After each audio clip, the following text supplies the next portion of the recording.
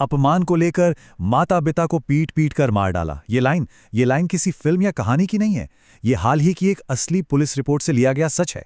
और सच कहूं तो ये बेहद चौंकाने वाला है। आज के इस विश्लेषण में हम सीधे इसी पर बात करने वाले हैं। जरा सोचिए, हमारा घर, जिसे हम दुनिया की सबसे सुरक्षित जगह मानते हैं, वो पल भर में एक खौफनाक क्राइम सीन में कैसे बदल सकता है। आज की ये चर्चा आपको यही सोचने पर मजबूर कर देगी कि बंद दरवाजों के पीछे अचानक हालात कितनी तेजी से बेकाबू हो सकते हैं। आज हम महाराष्ट्र में हुई एक ऐसी दिल दहला देने वाली घटना की गहराई में जा रहे हैं जिसे सुनकर शायद किसी के भी रोंगटे खड़े हो जाएं। हम पुलिस रिपोर्ट्स और न्यूज़ सोर्सेस के आधार पर बिल्कुल स्टेप बाय स्टेप ये समझने की कोशिश करेंगे कि उस दिन आखिर हुआ क्या था।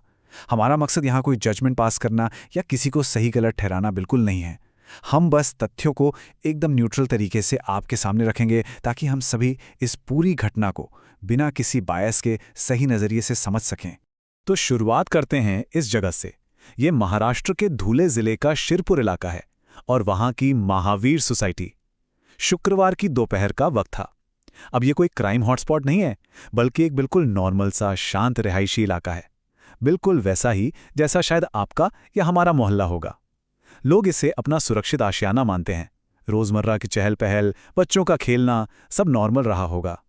लेकिन इसी शांत माहौल के बीच कुछ ऐसा पक रहा था जिसने पूरे इलाके को अंदर तक झकझोर कर रख दिया। ये बात इसलिए भी चुभती है ना, क्योंकि ये एहसास दिलाती है कि ऐसी त्रासदियां किसी भी आम जगह, किसी भी आम घर में हो सकती हैं। चलिए अब इस पूरे मामले में शामिल लोगों पर एक नज़र डालते हैं, क्योंकि रिश्ते समझे बिना इस घटना की गहराई समझ नहीं आएगी।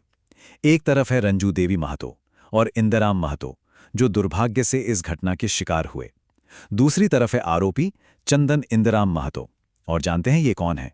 ये उन्हीं का अपना बेटा है। जी हां, अपना सगा बेटा। और गवाह के तौर पर वहां कौन मौजूद था? आरोपी की पत्नी, यानी उन बुजुर्गों की बहू और आसपास के कुछ पड़ोसी।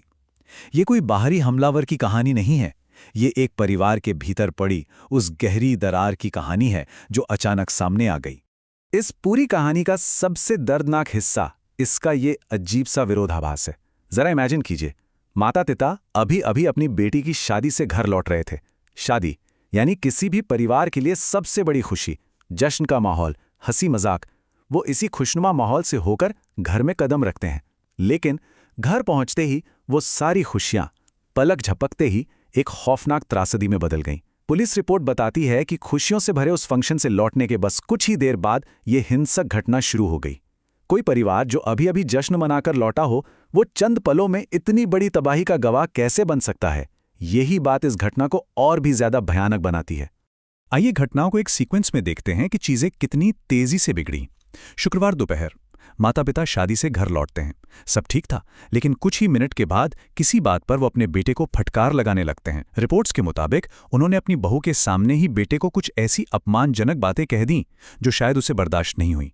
बस यहीं से मामला पूरी तरह बिगड़ गया। ये बातें एक चिंगारी का काम कर गईं। कुछ ही सेकंड्स के अंदर बेटा गुस्से में इस कदर अंधा हो जाता है कि वो बिना सोचे समझे एक जानलेवा प्रहार कर देता है।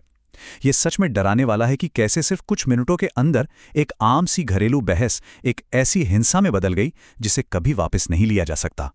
अब आप सोच रहे होंगे कि हथियार क्या था? कोई बंदूक या चाकू? बिल्कुल नहीं। ये एक मूसल था। वही भारी सा कुंद घरेलू उपकरण जो हम सभी के घरों में हमारी रसोइयों में मसाले या लहसुन अदरक कूटने के लिए रखा होता है। पुलिस का कहना है कि उस वक्त गुस्से के उस भयानक आवेश में बेटे को जो हाथ लगा उसने वही उठा लिया और घर में रखी एक आम सी चीज को उसने एक जानलेवा हथियार बना दिया। ये एक बहुत ही डरावना सच है कि जब इंसान का खुद पर से कंट्रोल हट जाता है तो आसपास रखी हुई कोई भी मामूली चीज पल भर में कितनी विनाशकारी साबित हो सकती है। उस भारी मूसल से किए गए वार का नतीजा बहुत ही भयानक और तुरंत था। इतनी गंभीर चोटें आईं कि उन दोनों की मौके पर ही मौत हो गई। जी हां, ऑन द स्पॉट। पुलिस की रिपोर्ट इस बात को कंफर्म करती है कि बेटे ने अपनी ही मां और पिता के सिर पर उस मूसल से इतनी जोर से हमला किया था कि उन्हें संभलने का या किसी डॉक्टर तक पहुंचने का कोई मौका ही नहीं मिला। रंजू देवी महतो और इंदिराराम महतो दोनों ने उस हिंसक हमले के तुरंत बाद उसी जगह पर दम तोड़ दिया। यह हिंसा का वो भयानक चेहरा है जो सीधे तौर पर बताता है कि गुस्सा किस हद तक जानलेवा हो सकता है।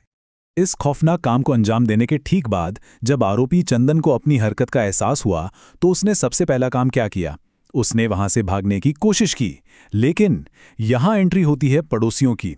आसपास के लोग तुरंत अलर्ट हो गए। उन्होंने बिना कोई वक्त गवाए बीच बचाव किया, उसे भागने से पहले ही दबोच लिया और तुरंत पुलिस को कॉल कर दिया। अब सोचिए, अगर वो पड़ोसी उस वक्त एक्टिव नहीं होते तो शायद वो शख्स आसानी से फरार हो जाता और इस केस की इन्वेस्टिगेशन किसी अलग ही ट्रैक पर चली जाती। ये साफ तौर पर दिखाता है कि ऐसे मुश्किल वक्त में हमारे आसपास के लोगों का यानी पड़ोसियों का अलर्ट रहना कितना जरूरी है। तो अब सवाल ये है कि फिलहाल इस केस का स्टेटस क्या है? पड़ोसियों के पकड़ने के बाद पुलिस तुरंत मौके पर पहुंची और उन्होंने आरोपी चंदन महतो को ऑफिशियली अरेस्ट कर लिया है। पुलिस की जो डिटेल्ड इन्वेस्टिगेशन है वो अभी चल रही है। फोरेंसिक टीम क्राइम सीन से सबूत जुटा रही है। गवाहों के, खासकर उस बहू और पड़ोसियों के बयान दर्ज किए जा रहे हैं। कुल मिलाकर कानूनी प्रक्रिया ने अपनी रफ्तार पकड़ ली है। अब कानून अपना काम कर रहा है और इस पूरे मामले में आगे जो भी डिटेल्स आएंगी वो इसी जांच के नतीजों पर डिपेंड करेंगी। इस पूरी चर्चा को समेटते हुए एक बहुत बड़ा और शायद थोड़ा असहज करने वाला सवाल हमारे सामने खड़ा होता है। कैसे एक बिल्कुल नॉर्मल सा घरेलू माहौल पलक झपकते ही ऐसी भयानक हिंसा में बदल सकता है जिसे कभी सुधारा नहीं जा सकता? यह सिर्फ एक क्राइम की न्यूज़ नहीं है। ये इंसानी दिमाग, उस पल भर के गुस्से और आपस में सही से बात न कर पाने के भयानक नतीजों का एक बहुत बड़ा उदाहरण है। ये घटना हम सबको अंदर तक झकझोर कर ये याद दिलाती है कि एक पल का गुस्सा हमारी पूरी जिंदगी कैसे तबाह कर सकता है। खैर, इसी एक ज़रूरी और गहरे सवाल के साथ आज का ये विश्लेषण हम यहीं ख़त्म करते हैं। अपना और अपनों का ख्याल रखें। हमारे साथ जुड़ने के लिए बहुत बहुत शुक्रिया।